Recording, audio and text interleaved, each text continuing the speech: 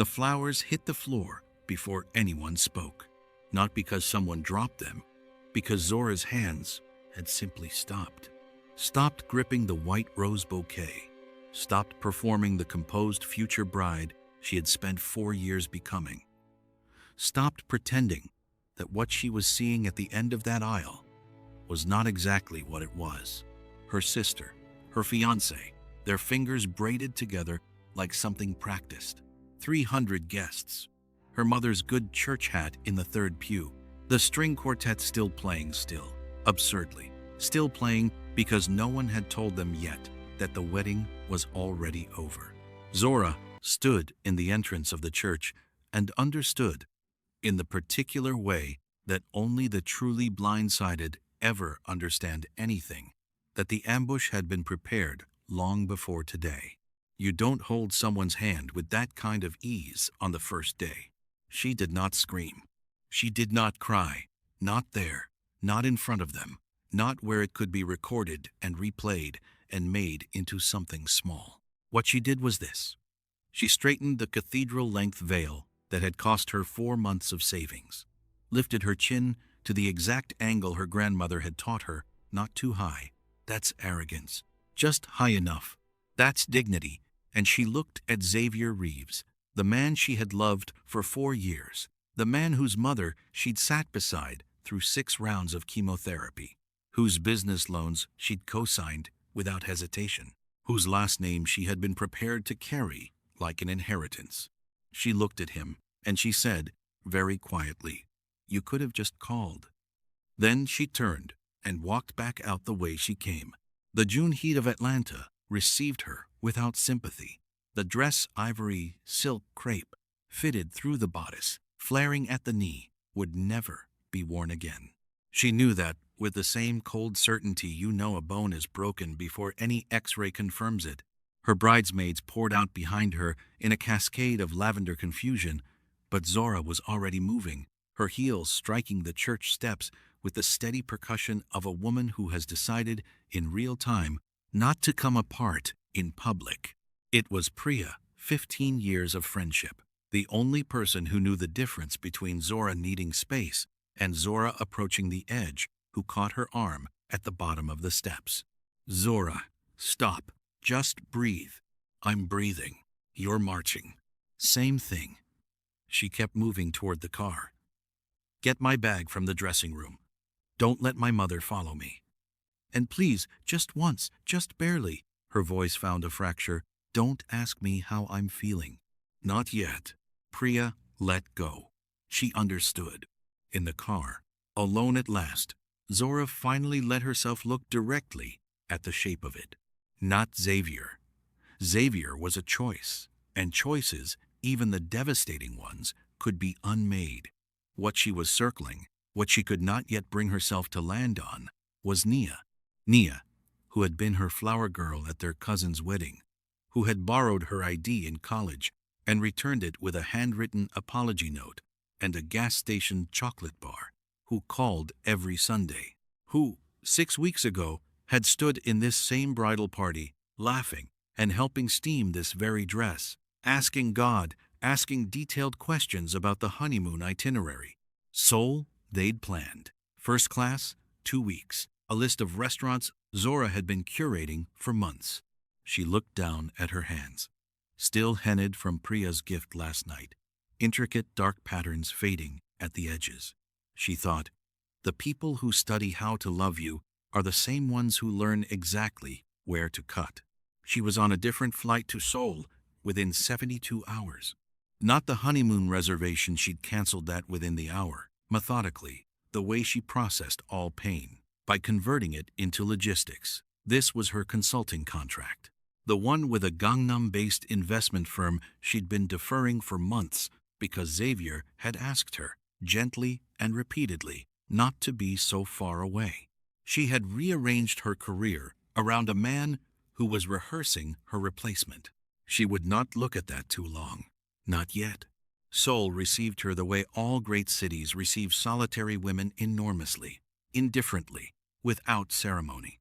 The Han River caught the last of the evening light as her cab crossed it, and the skyline assembled beyond the glass like a declaration she didn't yet have the vocabulary for.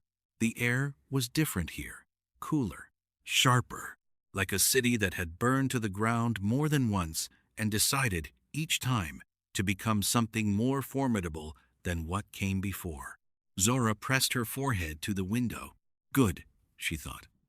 I need somewhere that knows how to start over. She did not plan to meet Kang Ji-Hoon. She was at the firm's welcome dinner, one glass of white wine she wasn't drinking, a black dress chosen like armor, a room of strangers whose names she was quietly cataloging when he entered, and the room rearranged itself around him the way rooms do around people who have never once questioned whether they belong. He was tall, still in a way that took up more space than movement would have. Charcoal suit, unreadable face, and he was looking at her with the focused attention of a man who has trained himself to only look at things that matter. You're the American consultant, he said. No greeting, no preamble. You say that like an accusation, Zora replied. The corner of his mouth moved not quite a smile, but the architecture of one. I say it like it's interesting. Those aren't always the same thing. He considered her for a moment. No, he said, they're not. His name, she learned this 30 seconds later from the woman beside her, who delivered the information in an urgent whisper, was Kang Ji-Hoon, 34, CEO of KH Capital, the most aggressive private equity firm in South Korea. A man that half of Seoul owed money to, and the other half was quietly afraid of. He was still watching Zora when she absorbed all of this. And he had the expression, she would only name it much later, of a man who has just encountered a problem he finds, for the first time in years, genuinely worth solving. It was in the car he sent for her afterward, black, unmarked, the city sliding past the tinted windows like a film reel that he made the offer. 12 months, a contract, a marriage, in name and in public, real enough to satisfy every board member, every journalist, every competitor watching for weakness. In exchange, a partnership stake in the Lagos-Seoul trade corridor deal. His firm was building the kind of leverage that would have taken her a decade to construct alone. He laid it out the way he laid out everything, cleanly. No performance, no apology. Zora looked at him across the dark interior of that car, at the city lights moving across the planes of his face, at a man who was, in his own architectural way, as wrecked and as armored as she was. She thought about Nia's hands, Xavier's silence, 300 witnesses. She thought about what it meant to be powerful enough that no one ever pitied you again. And if you want to know whether she signs that contract, whether Zora Adeyemi shakes the devil's hand, and what it costs her, subscribe to the Seoul Chronicles right now. Hit that bell. You don't want the next part to find you unprepared. And tell us in the comments, if someone betrayed you the way Zora was betrayed, would you burn it all down or rebuild somewhere new? Because Zora, she's about to do both. The penthouse was the most beautiful cage Zora had ever seen.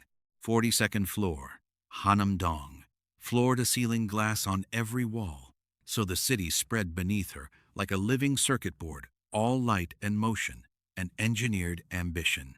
The furniture was the kind that cost more than most people's cars and looked like it had never been sat in. Every surface was clean to the point of severity. No photographs, no clutter.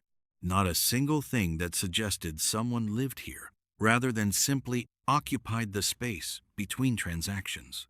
Ji-Hoon's assistant, a composed young woman named Soo-yeon, who communicated primarily in precise half-sentences, showed Zora to the guest suite with the energy of someone delivering a very expensive package.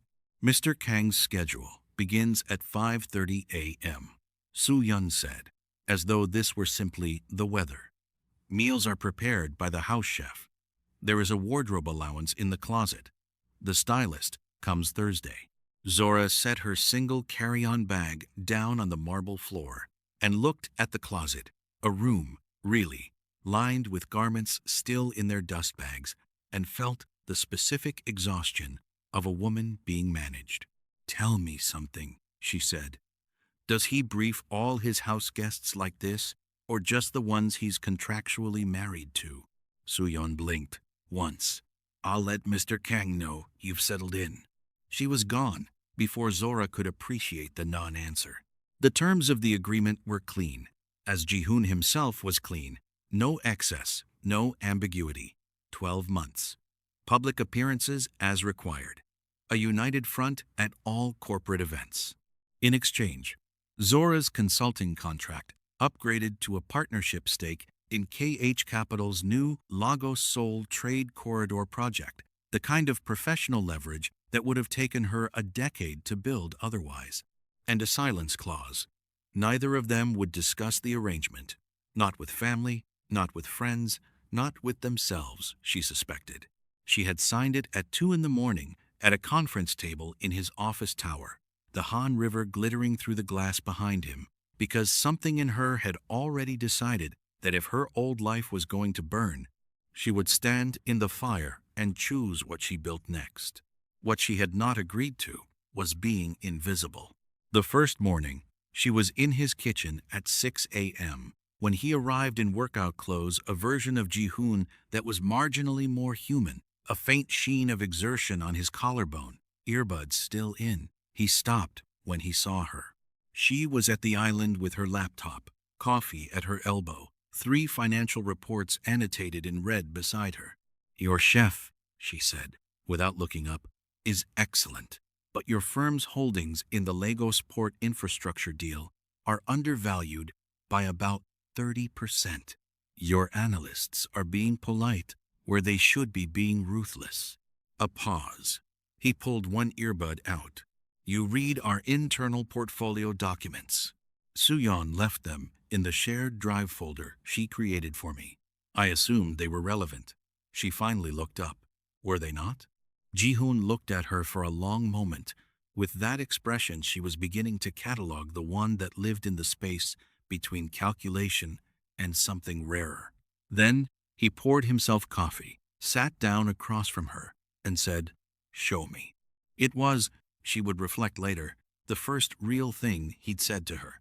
Here's what I need you to ask yourself. Right now, do you think a man who has built his entire world out of walls can actually learn to let someone in? Have you ever watched someone cold become something warmer and didn't know whether to trust it? Drop it in the comments, because Ji-Hoon is about to be tested, and so is Zora. The KH Capital Annual Gala was held on a Friday evening at a hotel in Gangnam, whose lobby alone cost more per square meter than most Seoul apartments. Zora wore a gown she'd chosen herself, deep emerald, architectural shoulders, her locks pinned and adorned with gold, and she walked in on Ji-Hoon's arm the way she walked into every room, like she'd already decided what she thought of it. She saw Xavier before he saw her. He was near the champagne display with Nia, who was wearing a dress, the precise shade of the bridesmaids' gowns from the wedding lilac. And for a surreal half-second, Zora wondered if that was intentional or if her sister was simply that careless with symbolism. Xavier's jaw tightened the moment their eyes met. Nia's hand found his arm. Ji-Hoon felt the shift in Zora's posture before she said anything. His hand, resting at the small of her back, pressed barely, almost imperceptibly, in quiet inquiry. 2 o'clock, she said under her breath. The man in the gray suit. Xavier Reeves. Ji-Hoon's voice was neutral. He's here as a guest of Daejung Shin, one of my primary competitors. Zora processed that, filed it. Interesting. She let Xavier come to them because he did. Of course he did.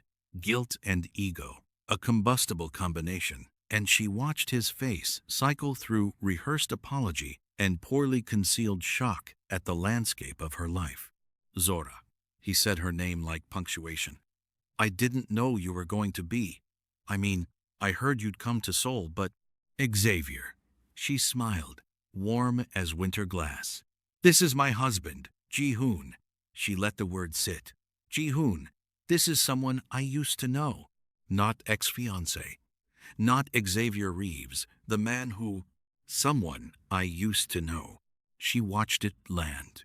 watched Nia's chin dip, watched Xavier search her face for the wound he expected to see and find.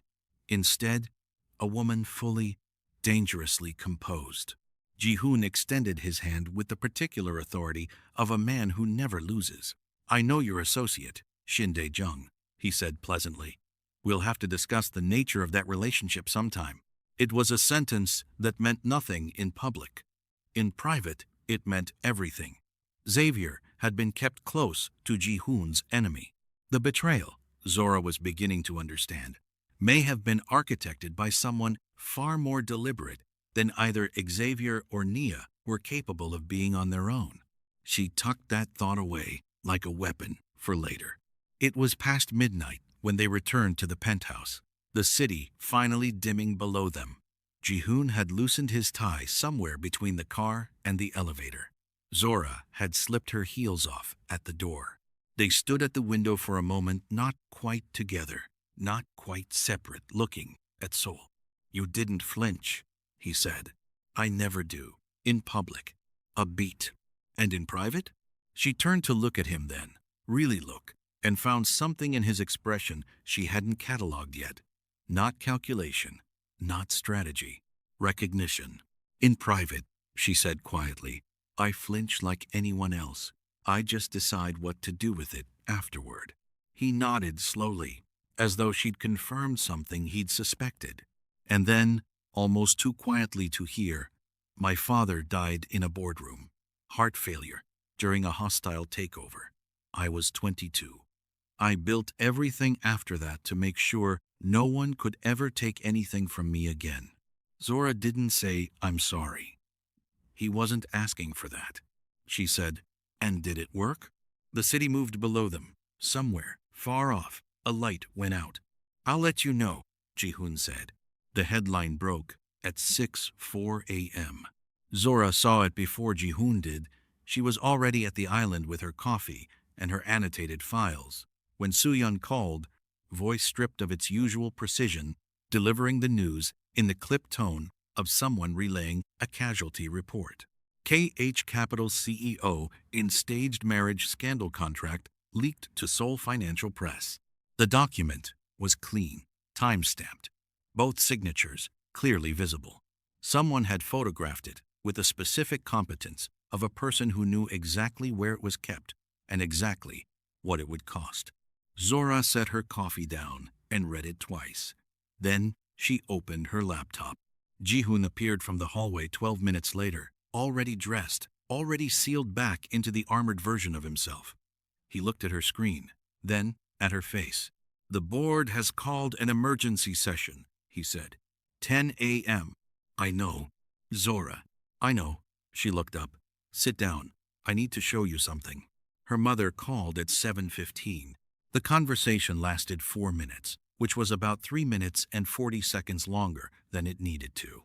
The message, delivered in the careful cadence of a woman who believed she was offering rescue, was simple. "Come home. Denounce the marriage as a mistake.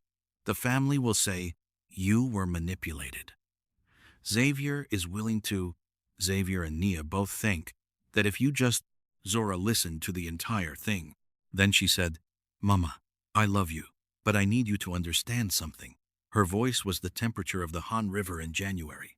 "I am not the problem that needs solving in this situation. I'll call you when it's done." She hung up and returned to her files. Because here was what 3 weeks inside Ji-Hoon's world had given her beyond the partnership stake, beyond the gala armor, beyond the slow and terrifying discovery that she might actually like this man. Access, data, the full and ugly map of what had actually happened. Xavier Reeves had debts, not small ones. Shin Dae-jung's firm had been quietly acquiring them for 18 months, transforming a struggling man's financial desperation into a very precise instrument. The plan was elegant in the way that cruel things often are. Destabilize Zora publicly, use the scandal to rattle Ji-Hoon's board confidence, then move on KH Capital's Lagos-Seoul corridor deal during the chaos. Nia had not known all of it.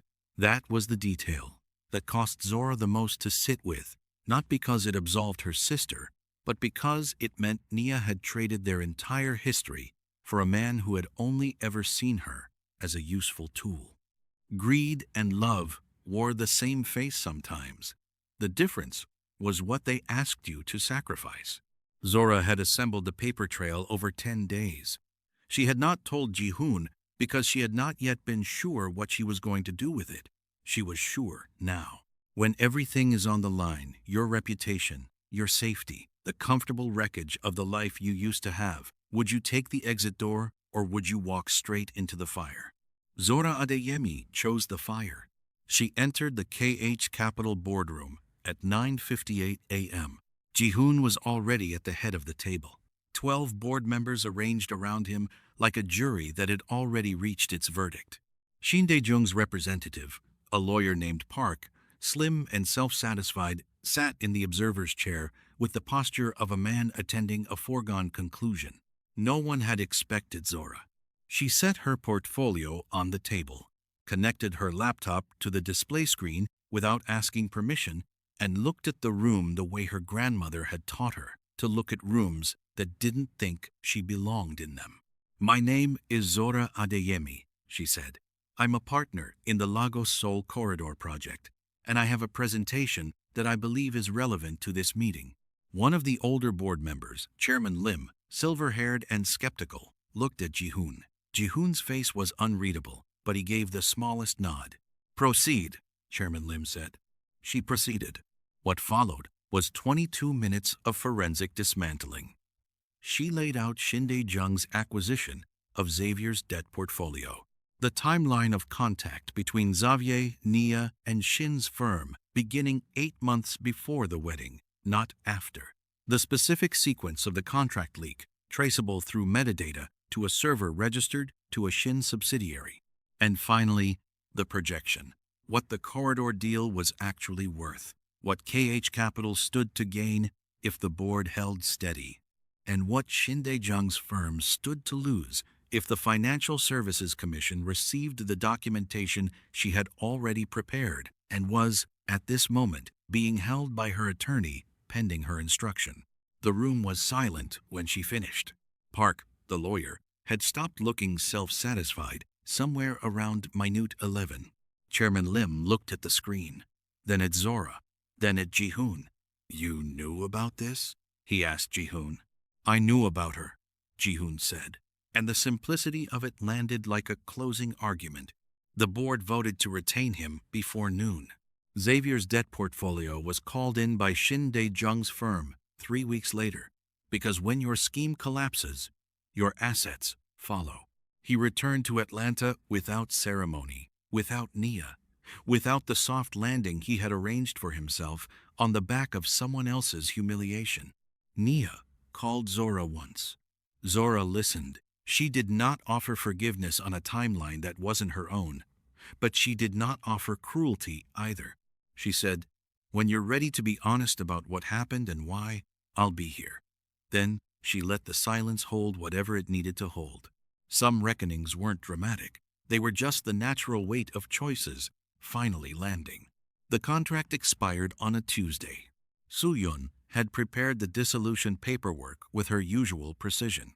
It sat on the kitchen island between them that evening. 2 pens, everything orderly. Ji-Hoon looked at it for a long time. "You don't have to stay," he said finally. "I know. The corridor deal is secured. Your partnership stake is independent of this." He gestured between them, and it was the most ungraceful she had ever seen him. "You don't owe me anything past tonight." Zora looked at this man, this cold, constructed, quietly fractured man who had given her a battlefield when everyone else was offering her an exit, who had sat across from her at 6 in the morning and said, "Show me," when she expected dismissal, who had told her about his father and the boardroom and the 22-year-old who decided to turn grief into a fortress and had said it not as an explanation, but as a rare, unguarded truth. "Ji-Hoon," she said, "why did you offer me the contract? That night in the car. You could have found someone more convenient, someone without a public scandal attached to her name. Why me?" He was quiet for long enough that the city outside filled the silence, distant, enormous, indifferent soul doing what it always did. "Because you walked out of that church," he said finally, "in front of 300 people, with your veil still on and your head at exactly the right angle, and you looked like someone who had just decided that the worst day of their life was not going to be the defining one." He paused. "I've spent 12 years trying to build that. You walked out of a church with it intact." Another pause, lower.